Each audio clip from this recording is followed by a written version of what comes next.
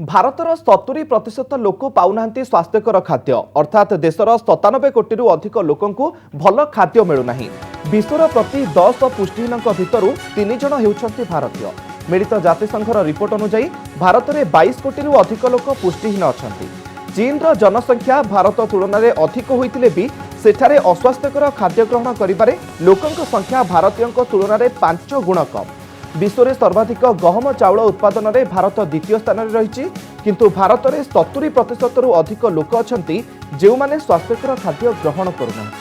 मिलित जातिसंघर खाद्य सुरक्षा और पुष्टिकर खाद्य 2022 रिपोर्ट रे यह सूचना दी जाएगी। रिपोर्ट अनुसार 2020 सुधा विश्व में 307.42 कोटी लोक अच्छा जो माने स्वास्थ्यकर खाद्य ग्रहण करुना, अर्थात विश्वर 42% लोक एक स्वास्थ्यकर खाद्य नहांती। এই রিপোর্টরে ଏହା ମଧ୍ୟ କୁହାଯାଇଛି ଯେ ଯଦି ଜଣେ ବ୍ୟକ୍ତି ପ୍ରତିଦିନ ସ୍ୱାସ୍ଥ୍ୟକର ଖାଦ୍ୟ ଖାଇବା ପାଇଁ ତାଙ୍କୁ 235 ଟଙ୍କା ଖର୍ଚ୍ଚ କରିବାକୁ ପଡ଼ିବ। ତେବେ ଭାରତରେ ସ୍ଥିତିରେ ସୁଧାର ଆସୁଥିଲା, କିନ୍ତୁ କରୋନା ମହାମାରୀ ଏଥିରେ ବ୍ରେକ୍ ଲଗାଇଥିଲା। 2017ରେ 75% ଭାରତୀୟ ଏକ ସ୍ୱାସ୍ଥ୍ୟକର ଖାଦ୍ୟ ଗ୍ରହଣ କରୁନଥିଲେ।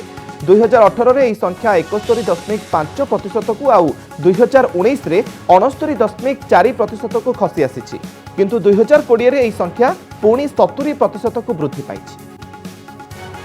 भारतर 70% लोक पाऊना स्वास्थ्यकर खाद्य अर्थात देशर 97 कोटी अधिक लोक भल खाद्य मिलूना।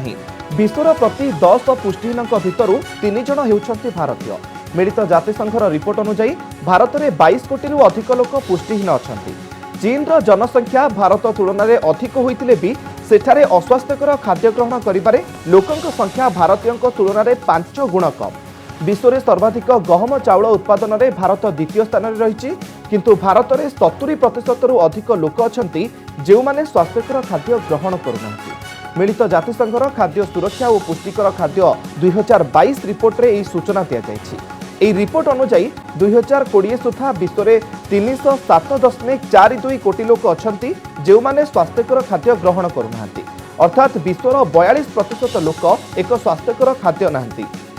এই রিপোর্টরে ଏହା ମଧ୍ୟ କୁହାଯାଇଛି ଯେ ଯଦି ଜଣେ ବ୍ୟକ୍ତି ପ୍ରତିଦିନ ସ୍ୱାସ୍ଥ୍ୟକର ଖାଦ୍ୟ ଖାଇବା ପାଇଁ ତାଙ୍କୁ 235 ଟଙ୍କା ଖର୍ଚ୍ଚ କରିବାକୁ ପଡ଼ିବ, ତେବେ ଭାରତରେ ସ୍ଥିତିରେ ସୁଧାର ଆସୁଥିଲା, କିନ୍ତୁ କରୋନା ମହାମାରୀ ଏଥିରେ ବ୍ରେକ୍ ଲଗାଇଥିଲା।